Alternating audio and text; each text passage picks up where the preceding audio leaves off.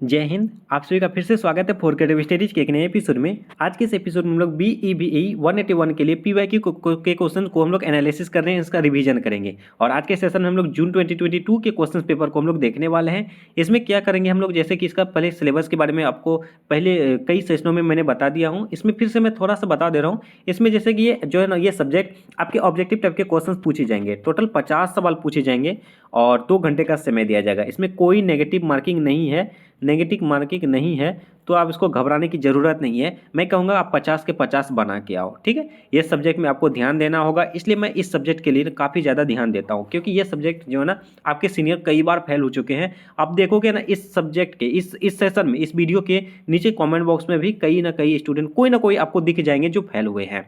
तो आपको मैं यही राह दूंगा कि आप अच्छे से फॉलो कीजिए, अच्छे से तैयारी कीजिए। और इस सब्जेक्ट को मैंने पूरा का पूरा कवर करा दिया है। जैसे कि इसमें जो है लगभग 75 प्लस वीडियो सिर्फ इस सब्जेक्ट के मैंने अपलोड किया है।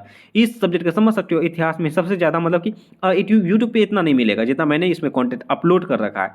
और इसका एक PDF भी तैयार कर दिया हूँ। PDF के बारे में मैं आगे बताऊंगा कि कैसे लेना है, आपको कैसे PDF मिल जाएगा। ओके, तो सेशन को स्टार्ट करते हैं। चलिए हम लोग देखते हैं आज जून 2022 के क्वेश्चन पेपर को हम लोग इसमें देखेंगे।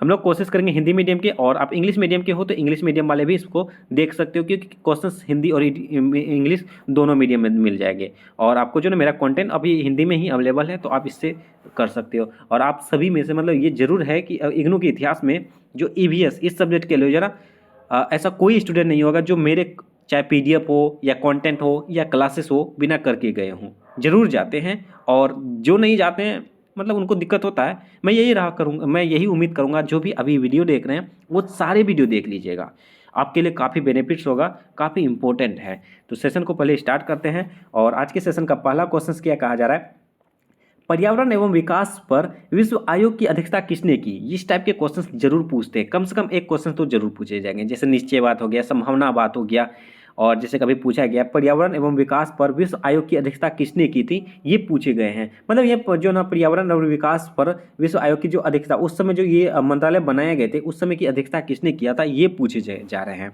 जैसे है ना, तो इसके ऑप्शन है हरमन डेली, हरलेम ब्रडलैंड, या मॉरिस स्ट्रॉन्ग, या पियर टिट्रो। देखिए ये ऑप्शन नंबर बी में जो है ना, ये आपको सिर्फ ब्रडलैंड भी देखने को मिल सकता है, तो हमें ये भी ध्यान रखना है, ठीक है। तो इस तरह से इसका जो है ना सही आंसर ऑप्शन नंबर बी हो जाएगा। ये ग्रो हरलेम ब्रडलैंड, आपको केवल ब्रडलैंड भी देखने को मिल सकता है, तो ये घबराना नहीं। आपको कम से कम ब्रडलैंड, अगर ये पूरा नाम याद नहीं आता तो कम से कम ब्रडलैंड याद रखिएगा, ठीक है। तो ब्रडलैंड इसका सही जवाब हो जाएगा। पर्यावरण एवं विकास पर विश्व आयोग की अध्यक्षता किसने किया था, ब्रडलैंड ने किया था। ऑप्शन नंबर 20 का सही जवाब होगा। नेक्स्ट क्वेश्चन नंबर सेकंड कहा जाता है, निम्नलिखित में से कौन सा अपघटक जीव है। देखिए मैंने PDF जो तैयार किया है, PDF में मैंने सब कुछ दिया, जैसे कि अपघटक, घटक, कौन कौन से इसके एग्जाम्पल दे दिए। जैसे अपघटक के जो लिख दिया अपघटक जीव, इसके बाद मैंने एरो दे दिया है। जितने भी अपघटक चीज़ें हैं सबको मैंने एक एक करके लिख के बता दिया है ना, तो उससे बाहर नहीं जाने वाला है। तो इसी तरह से पूछा गया है अपघटक जीव कौन है ना। अपघटक जीव जैसे कि आपका बाज हो गया, उसके बाद मेढक एवं डिम्प कीट हो गया, केचुआ हो गया, शैवाल हो गया। इनमें से कौन अपघटक जीव हैं, इनमें से अपघटक जीव जो है ना ये केचुआ है।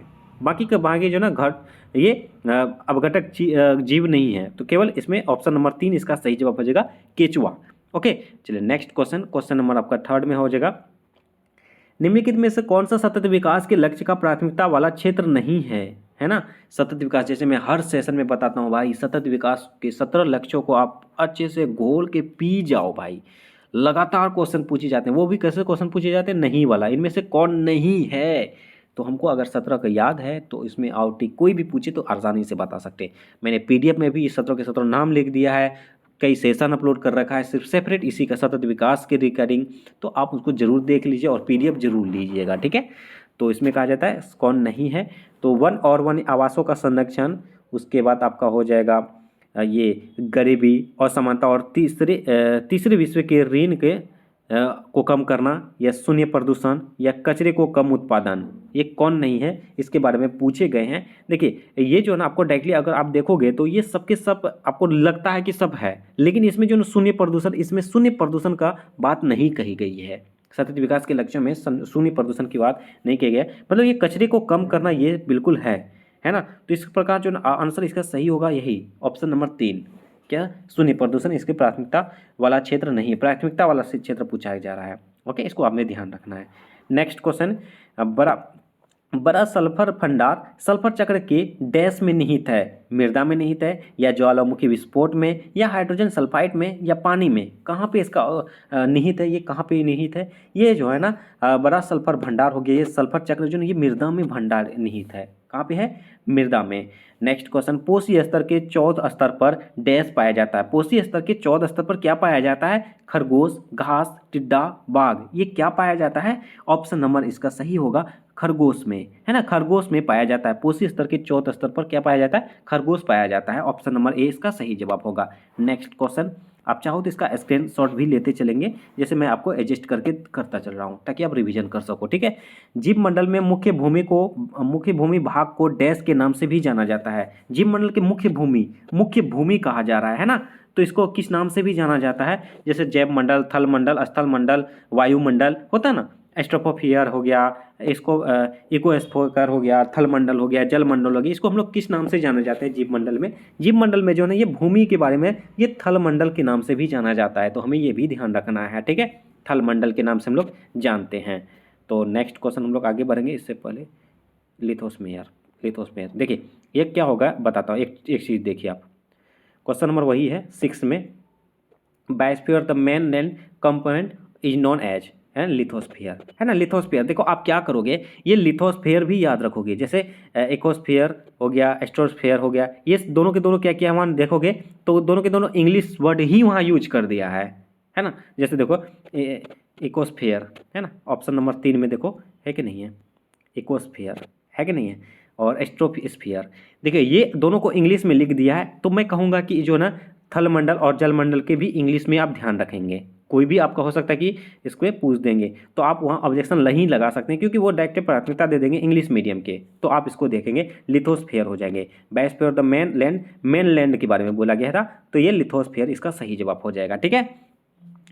ये जलमंडल का हाइड्रोस्फीयर होगा, ओके, ये ध्यान रखना है हमें। हर चीज़ को, छोटी छोटी चीज़ें हम लोग को जो है ना ध्यान रखना है। चलिए नेक्स्ट क्वेश्चन, क्वेश्चन नंबर आपका 7 में क्या कहते हैं, निम्नलिखित खाद्य श्रृंखला के प्रकार को पहचानिए। जैसे बकरी हो गया, सूत्रकृमि, मृतपोषी जीवाणु, इसी तरह से हम लोग इसको जो ना खाद्य श्रृंखला में से कौन है इनको हम लोग देखना। जैसे कि अपरद डिस्टस आहार श्रृंखला, ये चराई आहार श्रृंखला, यह परजीवी आहार श्रृंखला, यह जलीय आहार श्रृंखला। ये जो ना बकरी, सूत्रकृमि और मित्रपोषी जीवाणु जो है ये किस प्रकार की आहार श्रृंखला है, ये पूछे जा रहे हैं। इस तरह से एक क्वेश्चन देखने को मिलेगा भाई, तो हम लोग को ध्यान रखना है ना। तो ये आपके लिए काफ़ी इंपॉर्टेंट होगा। ये जो बकरी, सूत्रकृमि, मित्रपोषी जीवाणु जो ना ये आपका परजीवी आहार श्रृंखला हो जाएगा, परजीवी आहार श्रृंखला। ऑप्शन नंबर 3 इसका सही जवाब हो जाएगा। कहा जाता है नेक्स्ट क्वेश्चन, यूरोप में जन स्वास्थ्य के अनुशासन की स्थापना किसके उपरांत हुई थी? यूरोप में जन स्वास्थ्य के अनुशासन की स्थापना कब हुई थी, ये पूछे जा रहे हैं। ये आपको ऐसे भी पूछे जा सकते हैं कि जन स्वास्थ्य के अनुशासन की स्थापना कहाँ की गई थी? ये यूरोप में की गई थी। कब की गई थी ये पूछे जा रहे हैं। 1642 में, 1812 में, 1642 में या 1842 में? ये जो है ना आपके 1842 में किया गया, तो ऑप्शन नंबर 4 में दिया गया 1842 इसका सही जवाब हो जाएगा। ऑप्शन नंबर 4 इसका सही जवाब हो जाएगा, ठीक है। तो मैं इसका स्क्रीनशॉट आप ले सकते हो, मैंने इसका आंसर भी टिक करके ऐसे देता चलूंगा, ठीक है। चलो नेक्स्ट क्वेश्चन, क्वेश्चन नंबर आपका 9 में हम लोग देखते हैं क्या, जब उष्णकटिबंध पट्टी में समुद्री जल 27 डिग्री सेल्सियस अथवा अधिक गर्म हो जाता है, जिसे जल स्तर के ऊपर कम दाब के ऊपर क्षेत्र बन जाते हैं, तो उसे डैश का निर्माण होता है। यानी ये डायरेक्टिव कहा जा रहा है कि जैसे कि आप मान के चलो उष्णकटिबंधीय पट्टी समुद्र क्षेत्र है और वहाँ पे जैसे कि जल का तापमान जो है 27 डिग्री है, और या अथवा मतलब 27 डिग्री लगभग गर्मी ही होता है ना, काफ़ी गर्म होता है, अधिक गर्म हो जाता है, जिससे जल का स्तर जो ऊपर कम दबाव के क्षेत्र बन जाते हैं, तो उसे क्या निर्माण होता है ये पूछे जाता है। वर्षा, चक्रवात, प्रतिचक्रवात या सुनामी, ये पूछे गए हैं। ये जो है ना ये चक्रवात का उत्पाद होता है। देखिए आप इसको ध्यान रखना। देखिए आप डायरेक्टली याद कर सकते हो, जैसे कि ये सुनामी, प्रतिचक्रवात, ये सब इसमें नहीं आने वाला है, तो ये चक्रवात इसमें आने वाला है ना। ये आप ध्यान रख सकते हो, चक्रवात इसका सही जवाब हो जाएगा। नेक्स्ट क्वेश्चन हम लोग देखते हैं, क्वेश्चन नंबर आपका 10 होगा। किन दो देशों में बाढ़ से मृत्यु संसार के कुल बाढ़ के मृत्यु से 2/3 हिस्सों में के कारण होती है? यानी कि आप जो है ना ये कहाँ पे जो है ना बाढ़ के कारण जो है ना लगभग 2/3 हिस्सों में जो है ना सिर्फ बाढ़ के कारण वहाँ पे तबाही हो जाती है, मृत्यु हो जाती है, बहुत ज़्यादा मृत्यु देखने को मिलती है। ये पूछे गए हैं भारत तथा बांग्लादेश में, या आपका चीन तथा बांग्लादेश में, पाकिस्तान तथा बांग्लादेश में, तथा भारत तथा नेपाल में। देखिए आप ध्यान दे सकते हो, इसमें कॉमन चीज़ें हैं। कहाँ पे सबसे पहली बात देखो, ये बांग्लादेश लगभग सभी ऑप्शन में दिया गया। आपको एलिमिनेशन करने का तरीका बताता हूँ, और मैं और कुछ इसमें करंट से जोड़ के आपको कुछ बताऊंगा, ठीक है। बांग्लादेश है ना। बांग्लादेश में देखो, बांग्लादेश हो गया, चीन हो गया, भारत के अरुणाचल प्रदेश साइड में जो है, जैसे आप मान के चलो इधर अपना देश है ना, इधर पूर्वी एरिया का, यहाँ पे अपना आपका हो जाएगा, है ना, यहाँ पे चीन साइड, यहाँ पे चीन है ना। उसके बाद आप देखोगे तो यहाँ पे जो है ना ये असम के साइड, जैसे यहाँ पे देखोगे यहाँ बांग्लादेश है, चीन साइड, इस तरह से जो ना एक नदी आती है ब्रह्मपुत्र नदी, है ना। अभी चर्चा में है, अभी जैसे कि आप न्यूज़पेपर में अगर एक्टिव होंगे, करंट अफेयर्स के एक्टिव होंगे, कल के न्यूज़पेपर में दिया गया था द हिंदू में, ब्रह्मपुत्र नदी पे जो ना चीन बनाया जा रहा है, एक बांध बनाया जा रहा है, ठीक है। तो बांध बनाया जा रहा है जिससे कि हो सकता है कि हमारे बांग्लादेश को भी क्षति पहुंचे और भारत को भी क्षति पहुंचे। अचानक मान के चलो बाढ़ आ गया, चीन वाला जो ना बांध को खोल देगा तो डायरेक्टली ये भारत को दिक्कत होगा, भारत से भी दिक्कत होगा, तो उसके बाद बांग्लादेश को भी दिक्कत होने वाली है ना। तो ये चर्चा में है। अब देखोगे तो ये बोले गए हैं, तो इसमें सबसे ज़्यादा क्षति किसको होने वाली है? अब ध्यान रखो, ये चीन के पास भी है ब्रह्मपुत्र नदी, बांग्लादेश और भारत के पास भी है। चीन के पास दिक्कत आई, ये अचानक आपका अपना पानी खोल दिया, तो दिक्कत किसको आने वाली है? भारत को और बांग्लादेश को, है ना। भारत और बांग्लादेश ऑप्शन नंबर ए इसका सही जवाब हो जाएगा। ये देखो भाई, ये है रियलिटी। और मैं कुछ और इससे थोड़ा करंट अफेयर से जोड़ देता हूँ आपको। जैसे अभी क्या हुआ है चीन में जो है ना, चीन से आपको एक बात बताओ, आपको ऐसे भी पूछे जा सकते करंट्स में कि सबसे ज़्यादा विश्व में सबसे ज़्यादा बांध किस देश में है? सबसे ज़्यादा बांध किस देश में है? चीन में ही है। लगभग 24,000 बांध यहाँ पे है, 24,000 बांध, है ना। अगर दूसरा में बोला जाए, दूसरा में यूएसए के पास है लगभग 9,000। अगर इंडिया की बात कहें तो इंडिया के पास लगभग 5,000 के आसपास है, ठीक है। ये हमें ध्यान रखना है भाई, है ना। तो आप ये सब चीज़ें रिलेट करके भी आंसर बना सकते हो, ये सब आपको करंट से जोड़ सकते हो, ऐसे सवाल बनाए जा सकते हैं। क्योंकि देखो इन्वायरमेंटल जो है ना, ये करंट से सवाल पूछे जाते हैं, चाहे यूपीएससी की भी तैयारी करोगे ना तो उसमें ऐसे सवाल बनाए जाएंगे। ओके, तो ये बातें हैं। इसका सही आंसर क्या हो जाएगा? Option number A. इसमें तो मैं और डिटेल से और भी जा सकता हूँ, लेकिन आज मतलब अभी इतना ही काफ़ी है आपके लिए, है ना, आपके एग्जाम के लिए इतना ही काफ़ी है। ओके, चलिए नेक्स्ट क्वेश्चन। सुनामी के विरुद्ध प्राकृतिक सुरक्षा है, सुनामी के विरुद्ध प्राकृतिक सुरक्षा क्या है ये पूछे गए। मैंग्रोव वन, कोरल, चट्टानी तट, समुद्र तट पर घनी रेत। इसमें क्या आंसर होगा? इसका सही जवाब हो जाएगा मैंग्रोव वन, है ना। सुनामी के विरुद्ध प्राकृतिक सुरक्षा क्या है? Mangrove one, option number A इसका सही जवाब हो जाएगा। Next question, question number 12। MAB कार्यक्रम जो यूनेस्को द्वारा चलाया जाता है उसमें MBA है, MBA क्यों कौन है ये पूछे जा रहे हैं। ये MBA का फुल फॉर्म पूछे जा रहे हैं डायरेक्टली आपको, ठीक है। तो man and biodiversity, man kind and biosphere, उसके बाद मैन एंड बायोस्फीयर, उसके बाद मैन काइंड एंड बायोडाइवर्सिटी। इसमें आपको MAB का फुल फॉर्म पूछे गए हैं, तो इसका सही आंसर हो जाएगा मैन एंड बायोस्फीयर, ठीक है। बायोस्फीयर है, बायोस्फोयर लिख दिया है, फियर होगा, ठीक है। तो आप इसको ध्यान रखेंगे, ऑप्शन नंबर सी इसका सही जवाब होगा। नेक्स्ट क्वेश्चन, क्वेश्चन नंबर हम लोग 13 को देखेंगे। सीड बैंक का उदाहरण है, सीड बैंक किसका उदाहरण है? ठीक है, सीड बैंक किसका उदाहरण है ये पूछे गए हैं। ये बही स्थल संरक्षण का, यथास्थल संरक्षण का, बंधन में प्रजनन का, या पात्र संभाव्यता तकनीक का। इसका सही जो है बही स्थल संरक्षण का। नेक्स्ट क्वेश्चन, क्वेश्चन नंबर 14 में कहा जाए प्रजातियों की व्यापक विविधता से सुनिश्चित होता है कि पारिस्थितिकीय तंत्र क्या है ये पूछे गए हैं। तो इसकी लंबी अवधि के अधिक स्थिर होने की संभावना है, या अभी अभी अस्तित्व में आया है, या अत्यधिक अस्थिर है और प्रजातियों समाप्त हो जाती है, या अस्थिर है पर अनेकों प्रजातियां हैं, ये पूछे गए हैं। तो इसमें जो है ना ये इसका जो प्रजातियों की व्यापक विविधता से सुनिश्चित होता है कि पारिस्थितिक तंत्र जो है ना कि लंबी अवधि में अधिक स्थिर होने की संभावना है। इसका ऑप्शन नंबर 1 सही आंसर हो जाएगा। नेक्स्ट क्वेश्चन क्या कहा जा रहा है? Question number 15। पालन पोषण तकनीक डैश के संरक्षण के लिए उपयोग की गई है। पालन पोषण तकनीक डैश के संरक्षण के उपयोग के लिए उपयोग की गई, संरक्षण के उपयोग के लिए किया गया है। हाथी हो गया, चीता हो गया, होपिंग क्रेन या एंगस गाय। इसका आंसर हो जाएगा आपका option number C, whooping crane. ठीक है, ऑप्शन नंबर सी इसका सही जवाब होगा। नेक्स्ट क्वेश्चन, क्वेश्चन नंबर 16, जलीय पायतंत्र में असंलग्न जीव को वायुतल अंतरापृष्ठ पर रहते हैं वे कहलाते हैं।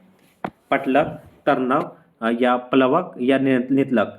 इसका सही आंसर हो जाएगा पटलक। देखिए मैंने इसका डिटेल से चारों के चारों ऑप्शन का जो जिस तरह से ये पूछा गया ना, जलीय पायतंत्र में असंलग्न जीव को जो वायुतल अंतरापृष्ठ पर रहते हैं वे क्या कहलाते हैं, पटलक। मैंने क्या किया है पीडीएफ में दिया है पटलक डैश, पटलक के डैश देके ये मैंने डिटेल लिख दिया है। तर्नक लिख दिया, तर्नक का डिटेल लिख दिया मैंने। उसके बाद प्लवक का उदाहरण अति लिख दिया डिफिनेशन। उसके बाद नितलक का डिफिनेशन लिख दिया मैंने, पीडीएफ में लिख दिया। अब आपको बता दो भाई पीडीएफ कैसे ले सकते हैं आप।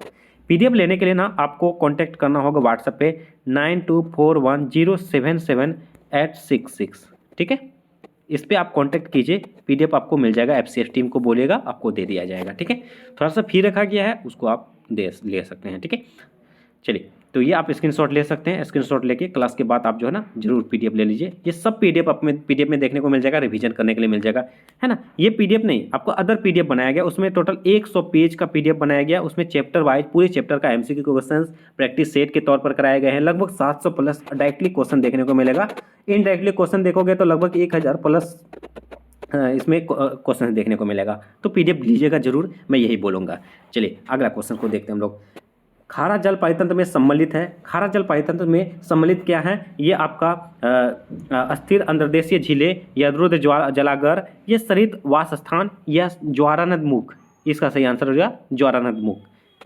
नेक्स्ट क्वेश्चन, समुद्र में पानी लवण का औसत लगभग है। समुद्र में पानी लवण का औसत लगभग 3.5%। ये VVI क्वेश्चन है, कई बार पूछे गए हैं। ठीक है, इसको ध्यान रखना, 3.5%। नेक्स्ट क्वेश्चन, क्वेश्चन नंबर हम लोग 19 को देखने वाले हैं। 19 में क्या कहा गया है, निम्नलिखित में से कौन सा खुला व विषमपोषी तंत्र है। खुला व विषमपोषी तंत्र है तालाब, दलदल, नदी या अनूप। इसका जो ना नदी जो है ना, यह खुला विषमपोषी तंत्र है, खुला व विषमपोषी तंत्र है। ठीक है, देखिए तालाब, तालाब का मतलब क्या होता है, देखो ऑप्शन से भी एलिमिनेट कर सकते हो भाई। खुला बोल रहा है ना, विषमपोषी खुला ही याद रखो। तालाब क्या है, तालाब मान के चलो घेरा हुआ ये तालाब है, पोखर है। दलदल भी लगभग एक जगह होगा, अनूप भी लगभग एक जगह का होगा, बंद होगा ये। नदी जो नदी ऐसे ऐसे जाते रहता है, मतलब नदी को अगर ऐसे करेंगे तो ये नदी कैसे हो गया, है ना। इतना में नदी थोड़ी होता है, नदी का मतलब है कि बहाव, खुला हो। ठीक है, तो इस तरह से भी हमें याद रख सकते हैं।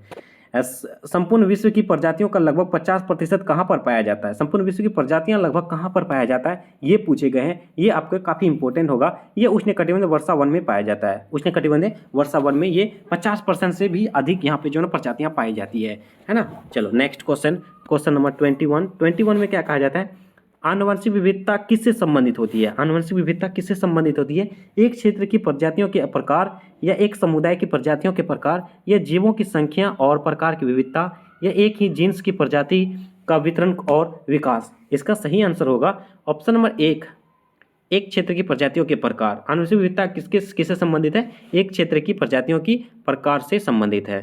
ठीक है, नेक्स्ट क्वेश्चन हम लोग आगे बढ़ते हैं। क्वेश्चन नंबर 22, जैव विविधता हॉटस्पॉट में निम्नलिखित में से सबसे अधिक क्या होता है। जैव विविधता हॉटस्पॉट आप कमेंट बॉक्स में बताओगे भारत में कितने हॉटस्पॉट क्षेत्र हैं, है ना, और टोटल कितने हॉटस्पॉट क्षेत्र हैं ये बताओगे। ये भी क्वेश्चन डायरेक्टली पूछे गए हैं, कई बार पूछे गए हैं। ये हॉटस्पॉट कितने हैं आप बताओगे भारत में, और वर्ल्ड में कितने हैं। ठीक है, कॉमेंट बॉक्स में बताओगे। तो इसमें क्या कहते हैं, सबसे अधिक क्या होता है, उत्पादकता, स्थानिकता या वनस्पति और जीव का महत्व या विदेशी प्रजातियों का संकेंद्रण। ये जो है आपका सही आंसर हो जाएगा स्थानिकता। स्थानिकता सबसे ज़्यादा होती है। ठीक है, नेक्स्ट क्वेश्चन, क्वेश्चन नंबर 23, जैव विविधता के बारे में निम्नलिखित में से कौन सा कथन सही नहीं है, सही नहीं बोले गए हैं, तो ये हमें ढूंढना है। जैव विविधता का सबसे अधिक दिखाई देने वाला घटक प्रजातीय विविधता है, ये तो सही है। द्वीप और भारत के तटीय विस्तार में काफ़ी संख्या में स्थानीय प्रजातियाँ पाई जाती है, ये भी सही है। करिशुकी धरती पर सबसे बड़ी संख्या में पाए जाते हैं। करिशुकी धरती पर, अरे यार करिशुकी धरती पर नहीं पाए जाते भाई, ये तो गलत हो गया। और जैव विविधता हॉटस्पॉट लगातार खतरे में, बिल्कुल बिल्कुल जैव विविधता लगातार खतरे के स्तर पर देखने को मिल रही है। तो इस प्रकार हम लोग का ऑप्शन नंबर सी इसका सही जवाब हो जाएगा। इसमें नहीं बोला पूछा गया था, और क्वेश्चन को आप पूरा पढ़ेंगे। ठीक है, नेक्स्ट क्वेश्चन, दर्रे बनने का कारण है, दर्रे क्यों बनते हैं, है ना, अम्लीय मृदा के कारण, क्षारीय मृदा के कारण, मृदा अपरदन या मृदा लवणता के कारण। ये जो है ना मृदा अपरदन के कारण दर्रे बनते हैं, ठीक है, बनने का कारण क्या है, मृदा अपरदन के कारण। नेक्स्ट क्वेश्चन,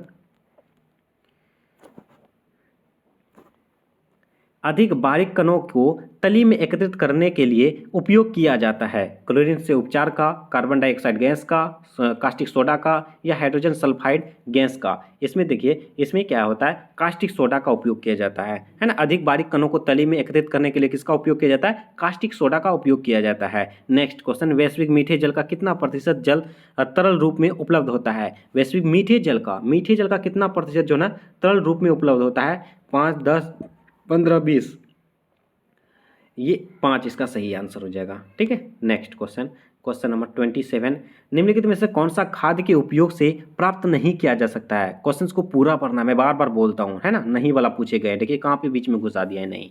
तो मृदा की बेहतर सघनता, जल धारण क्षमता में वृद्धि या मृदा लवणता में कमी या अधिक अस्थिर समुच्चय गठन, इसका सही आंसर हो जाएगा ये मृदा लवणता में कमी, है ना, ये नहीं है, बाकी सभी के सभी इसमें मौजूद हैं, उपयोग के लिए उपस्थित हैं। नेक्स्ट क्वेश्चन, निम्नलिखित ऊर्जा के स्रोतों में से कौन सा गैर पारंपरिक है, पन बिजली, जैव भार, प्राकृतिक गैस, परमाणु ऊर्जा। इसमें आपका जैव भार देखने को मिलेगा, इसका सही आंसर। नेक्स्ट क्वेश्चन, निम्नलिखित में से कौन सा क्षेत्र भारत का सबसे बड़ा तेल उत्पादक क्षेत्र है, ऊपरी आसाम का केम्बे या कृष्ण गोदावरी बेसिन या बॉम्बे हाई। ये इसका आंसर बॉम्बे हाई हो जाएगा, ये आपको एनसीईआरटी के बुक में भी देखने को मिल जाएगा, ठीक है। नेक्स्ट क्वेश्चन, आर्थिक विकास से प्रति व्यक्ति ऊर्जा मांग की वृद्धि दरें निम्नलिखित में से किस क्षेत्र में कम हुई है, किस क्षेत्र में कम हुई है, ये पूछे गए हैं। तो आपके औद्योगिक क्षेत्र, आवासीय क्षेत्र, परिवहन क्षेत्र, व्यावसायिक क्षेत्र, इसमें देखेंगे तो आपका औद्योगिक क्षेत्र में कमी देखने को मिली है। नेक्स्ट क्वेश्चन 31, अपांग गैस में मुख्यतः निम्नलिखित होता है, अपांग गैस में मुख्यतः निम्नलिखित होता है, क्या होता है, ये पूछे गए हैं। तो इसमें जो है ना आपका सल्फर डाइऑक्साइड या हाइड्रोजन सल्फाइड या कार्बन डाइऑक्साइड या मीथेन होता है ना। अपांग गैस में मुख्यतः क्या होता है, मीथेन होता है। अपांग गैस में क्या होता है, मीथेन होता है, ये भी VVI क्वेश्चन है। जलवायु परिवर्तन पर अंतर सरकारी पैनल किस वर्ष में बनाया गया है, जलवायु परिवर्तन पर अंतर सरकारी पैनल किस वर्ष बनाया गया है, 1982, 1985, 1988, 1990। ये जो है ना बनाया गया था 1988 ईस्वी में, 1988 ईस्वी में क्या बनाया गया था, जलवायु परिवर्तन पर अंतर सरकारी पैनल बनाया गया था, कब, 1988 में, ठीक है। चलो नेक्स्ट क्वेश्चन, निम्नलिखित में से कौन सा अम्ल वर्षा के लिए उत्तरदायी नहीं है ना, नहीं है। तो sulphur dioxide, sulphur trioxide, nitrogen dioxide, chlorofluorocarbon, क्या होगा इसका, क्लोरोफ्लोरोकार्बन ही होगा। क्लोरोफ्लोरोकार्बन इसमें नहीं होगा, क्लोरोफ्लोरोकार्बन जो है इस पर नहीं होता है, उत्तरदायी नहीं होता है, ठीक है। कौन सा, अम्ल वर्षा के लिए, है ना, क्लोरोफ्लोरोकार्बन इसमें मौजूद नहीं होता है। नेक्स्ट क्वेश्चन, निम्नलिखित में से कौन सा जलवायु परिवर्तन के 8 राष्ट्रीय मिशनों में भाग नहीं है ना, नहीं है, फिर से बोल रहा नहीं, राष्ट्रीय जल मिशन, राष्ट्रीय हरित भारत मिशन या भुखमरी और गरीबी उन्मूलन का राष्ट्रीय मिशन या राष्ट्रीय सतत पर्यावास मिशन। इसमें आपको कौन देखने को नहीं मिलेगा, ये जो ना भुखमरी और गरीबी उन्मूलन का राष्ट्रीय मिशन जो ना ये, इसमें आपका 8 राष्ट्रीय मिशनों पर देखने को नहीं मिलेगा। आप क्या करोगे, ये जो ना टोटल जलवायु परिवर्तन के 8 राष्ट्रीय मिशन जो हैं, ये 8 के 8 आप नोट करोगे, नोट करने के बाद आप 8 के 8 रट लोगे, है ना। तो ये आप ध्यान रखेंगे, इसका सही आंसर क्या होगा, 3। नेक्स्ट क्वेश्चन होगा, बेसेल सम्मेलन मुख्य तौर पर डैश को संबोधित करता है। बेसेल सम्मेलन मुख्य तौर पर किसको संबोधित करता है, जैव विविधता को, जोखिम भरे अपशिष्टों के प्रबंधन को, ओजोन ह्रास को, ग्रीन हाउस गैसों को, किसको जोड़ता है ये, और जोखिम भरे अपशिष्टों के प्रबंधन को जोड़ता है। जोखिम भरे अपशिष्टों के प्रबंधन को क्या करता है, जोड़ता है। कौन जोड़ता है, बेसेल सम्मेलन मुख्य तौर पर, ठीक है। नेक्स्ट क्वेश्चन नंबर 36 में क्या कहा जाता है, राष्ट्रीय हरित अधिकरण का मुख्य कार्य क्या है, पर्यावरण संबंधित मामलों को तीव्र गति से निपटाना, नागरिक मुद्दों के मामलों का तीव्र गति से निपटारा या वायु प्रदूषण की रोकथाम के लिए नियम बनाना या पर्यावरण के लिए कानून बनाना। क्या हो सकता है इसका आंसर? इसको देखो, ये जो है ना आपका क्या कहा जाता है, राष्ट्र हरित अधिकरण का मुख्य कार्य। ये राष्ट्र हरित अधिकरण का मुख्य कार्य क्या होता है? ये पर्यावरण संबंधी मामलों को तीव्र गति से निपटाना। जितने भी मतलब पर्यावरण से संबंधित अगर कोई भी मामला होना तो ये किसके पास जाता है? ये निपटारा के लिए जो ना राष्ट्र हरित अधिकरण का मुख्य कार्य यही है। ठीक है, तो ये राष्ट्र हरित अधिकरण के लिए ये इसका मुख्य उद्देश्य यही है कि पर्यावरण संबंधित जितने भी मामला होंगे वो जितना जल्दी से जल्दी इसका निपटारा किया जा सके, तो इसके लिए उपयोग किया गया, इसके लिए इसका मुख्य कार्य बनाया गया है। ठीक है, तो ऑप्शन नंबर 1 इसका सही जवाब हो जाएगा। नेक्स्ट क्वेश्चन, क्वेश्चन नंबर 37 में क्या कहा जा रहा है? वायु यानी कि प्रदूषण निवारण एवं नियंत्रण अधिनियम का संशोधन किस वर्ष किया गया था? 1981 में, 1987, 2000, 1974 में। ये देखो, ये तो अब 1987 में किया गया था, है ना। वायु प्रदूषण निवारण एवं नियंत्रण अधिनियम कब हुआ था? ये 1987 में हुआ था। भोपाल गैस त्रासदी के समय कौन सी गैस रासायनिक संयंत्र से निकली थी? भोपाल गैस त्रासदी, सबसे पहली बात तो आप कमेंट करके बताओगे कि भोपाल गैस त्रासदी कब हुआ था। कमेंट करके इसका आंसर बताइएगा, क्योंकि ये क्वेश्चंस कई बार पूछे गए हैं, हो सकता है आपके एग्जाम में भी पूछे दे। तो आप गूगल करो या कुछ भी करो या मेरा पीडीएफ देखो, पीडीएफ में भी मैंने बता रखा है और कई क्लासेस में भी रिवीजन करवाया है, तो उसका आप कमेंट बॉक्स में बताओगे भोपाल गैस त्रासदी क्या है, क्या हुआ था, कब हुआ था, कैसे हुआ था, इसके बारे में भी कमेंट बॉक्स में बताओगे, ताकि आपके कमेंट्स देख के और सभी कुछ सीखे। ठीक है, तो आप जरूर कमेंट बॉक्स में कमेंट कीजिएगा। तो इसमें मीथेन हो गया, सल्फर डाइऑक्साइड हो गया, मेथिल आइसोसाइनेट हो गया, एथिल आइसोसाइनेट हो गया। इसमें कौन से रासायनिक संयंत्र निकले थे? ये मेथिल आइसोसाइनेट निकले थे। काफ़ी इंपॉर्टेंट है, कई बार पूछे गए हैं। इसका सही आंसर क्या होगा? Option number C, methyl isocyanate. निम्नलिखित में से कौन सा प्राथमिक प्रदूषक है? देखिए मैंने क्या किया, प्राथमिक, द्वितीयक, तृतीयक सभी प्रदूषक का जो ना इस तरह से पूरा डिटेल से मैंने पीडीएफ में बता रखा है। ठीक है, सल्फर ट्राइऑक्साइड, सल्फर डाइऑक्साइड या सल्फ्यूरिक अम्ल या सल्फ्यूरस अम्ल, सॉरी। तो इसमें आपका सही आंसर होगा सल्फर डाइऑक्साइड। ठीक है, प्राथमिक उद्देश्य क्या है? Sulphur dioxide, option number 2। निम्नलिखित में से कौन सा जल निकाय के ऑक्सीजन के समाप्त होने के लिए उत्तरदायी है, जिससे जलीय प्राणी को खतरा होता है? जिससे जलीय प्राणी को खतरा होता है, ये आपका डिटर्जेंट या मानव अपशिष्ट। मानव अपशिष्ट ही है जिससे कि इसको मानव को खतरा होता है। ऑप्शन नंबर 2 इसका सही जवाब होगा। नेक्स्ट क्वेश्चन, क्वेश्चन नंबर हम लोग अब देखेंगे 41 में क्या कहा जाता है? रेडियोधर्मी नाभिक के अपशिष्टों के निस्तारण के लिए कौन सी विधि उपयुक्त होती है? कौन सी विधि उपयुक्त होगी, ये पूछे गए। सागर में रोपण, भूमिगत निस्तारण, लैंडफिल निस्तारण या भस्मीकरण। इसका सही आंसर हो जाएगा भूमिगत निस्तारण। भूमिगत निस्तारण जो है ये इसका सही आंसर होगा। निम्नलिखित में से कौन सी अपशिष्ट उपचार की जैविक विधि नहीं है? जैविक विधि नहीं है ये पूछे जा रहे हैं, तो इसका सही आंसर हो अनुकूलन, पाचन, कंपोस्टिंग, अनुपन और टंकी का भंडारण। इसमें जो अनुपन और टंकी का भंडारण इसमें मौजूद नहीं है, जैविक विधि इसमें शामिल नहीं है। ऑप्शन नंबर 4 इसका सही जवाब होगा। नेक्स्ट क्वेश्चन, क्वेश्चन नंबर 43, निम्नलिखित में से कौन सा पर्यावरण के लिए नीति शास्त्र के नए नियमों का कारक नहीं है? नए नियमों का कारक नहीं है। भोजन की आदतों में परिवर्तन, प्रकृति पर नए प्रभाव, प्रकृति के बारे में नई जानकारी या नैतिक सरोकारों का विस्तार। इसमें जो है कौन मौजूद नहीं है? ये भोजन की आदतों में परिवर्तन, ये इसमें नीति शास्त्र के नियमों का कारक नहीं है। ठीक है, तो ये आपको देखोगे तो ऑप्शन नंबर ए इसका सही आंसर होगा। नेक्स्ट क्वेश्चन 44 में क्या कहा जाता है? वनों के आर्थिक महत्व से संबंधित निम्नलिखित में से कौन सा कथन सही नहीं है पूछा जा रहा है। तो यह विभिन्न प्रकार की वस्तुएं और सेवाएं प्रदान करते हैं, जिनमें भोजन, पशुचारा और ईंधन सम्मिलित है। आप देखोगे तो ये आपका ये तो सही देखने को मिल रहा है ना। ये क्या है? वन से तो हमको मिलता है, भोजन मिलता है, पशुचारा मिलता है और ईंधन मिलता है भाई वन से ही, तो ये तो सही है। ये विभिन्न जीवन निर्वहन पदार्थ जैसे औषधि, कीटनाशक, पीड़कनाशक प्रदान करती है, ये भी बिल्कुल सही है ना। नेक्स्ट कहा जाता है ये जलाशयों की सुरक्षा करते हैं, बिल्कुल करते हैं, और मीठे पानी की वर्षा तक आपूर्ति को सुनिश्चित करते हैं, ये बिल्कुल सही है। 3 तो सही है, तो चौथा गलत होगा, है ना। पादपों के फल, पत्तियां, जड़ें और कंद वन की प्रजातियों में भोजन होते हैं। नहीं, ये गलत है ना। ऑप्शन नंबर 4 इसका गलत हो जाएगा। चलो नेक्स्ट क्वेश्चन, क्वेश्चन नंबर 45, निम्नलिखित में से कौन सा वन अपरूपण का कारक नहीं है पूछा गया। जनसंख्या विस्फोट, वनों में आग, पीड़क जीवों की हमला, वायुमंडल में कार्बन डाइऑक्साइड का बढ़ना। इसमें सही आंसर क्या हो जाएगा? वायुमंडल में कार्बन डाइऑक्साइड का बढ़ना जो है ये वन का अपरूपण का कारण नहीं है। इसका सही आंसर क्या होगा? Option number 4। Next question, question number 46 में देखेंगे हम लोग।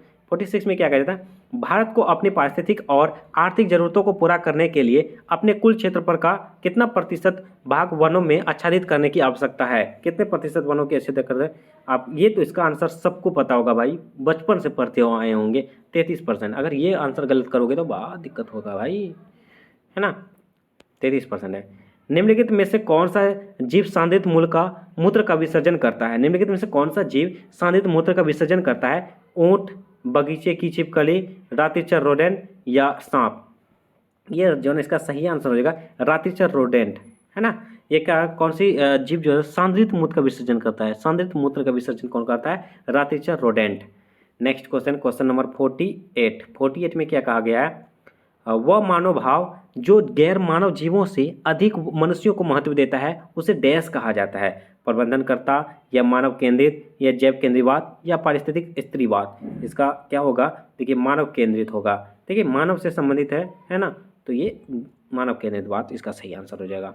नेक्स्ट क्वेश्चन 49 क्या कहा गया है, निम्नलिखित में से कौन सा इनविस का केंद्र नहीं है। भाई आप देखोगे ना, फरवरी 2021, अभी जून 2022 लगातार, और इससे इनविस से संबंधित पूछा जा रहा है। आप अभी देखोगे ना, जो मैंने प्लेलिस्ट का आपको लिंक डिस्क्रिप्शन बॉक्स में दे दूंगा, उसमें आप देखोगे मतलब 3 से 4 दिन पहले मैंने क्या किया, इनविस के बारे में पूरा डिटेल से बताया कि इनविस क्या है, इनविस के कितने केंद्र हैं, इनविस के मुख्य केंद्र कहाँ है, मुख्य हेडक्वार्टर कहाँ है, कितने सेंटर हैं, सब कुछ मैंने इनविस के बारे में बताया है। अगर उसको नहीं देखेंगे तो भाई आपको बहुत दिक्कत होगा। तो पीडीएफ हो या आपका प्लेलिस्ट हो, जरूर देखना भाई, जरूर देखना, मैं तो यही बोलूँगा, जरूर देखना।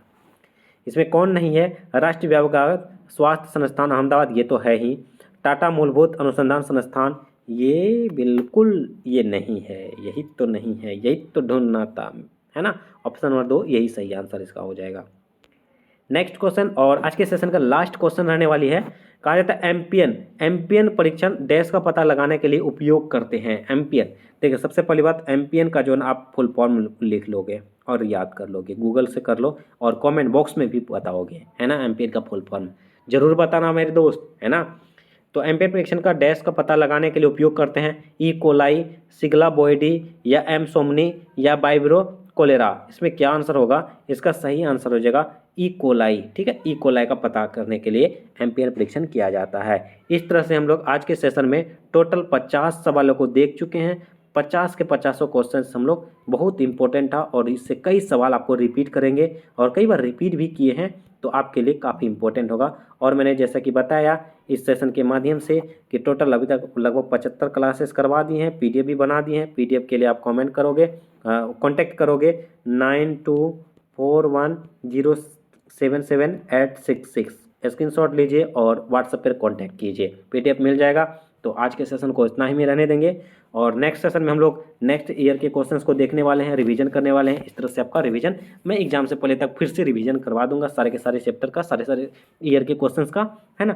और लास्ट के दिन जो मैंने एक महा मैराथन क्लासेस ला दूंगा, एक ही वीडियो में सब के सब पूरा निचोड़ एक ही वीडियो में आपको लाइव क्लास के माध्यम से प्रोवाइड कर दूंगा। तो आज के सेशन में बस इतना ही रहने देंगे। उम्मीद करता हूँ आज के सेशन से आप सभी को काफ़ी कुछ सीखने को मिला होगा, बहुत कुछ देखने को मिला और बहुत कुछ जानने को मिला होगा, और आज का सेशन आप सभी के लिए काफ़ी महत्वपूर्ण साबित हुआ होगा। और एक नम्र निवेदन है, जो भी चैनल में पहली बार आए हैं और चैनल को सब्सक्राइब नहीं किए हैं तो प्लीज़ चैनल को सब्सक्राइब जरूर कर लीजिएगा और बेल आइकन को जरूर हिट कीजिएगा। सेशन अच्छा लगे तो लाइक जरूर कीजिएगा और क्लास की रिव्यू जरूर दीजिएगा कमेंट बॉक्स के माध्यम से, ताकि हमें भी मोटिवेशन मिले, हमें भी ऊर्जा आए और दूसरे स्टूडेंट को पता चले कि ये सेशन कितने इंपॉर्टेंट हैं। तो चलिए हम लोग मिलेंगे नेक्स्ट सेशन में, तब तक के लिए थैंक यू, जय हिंद।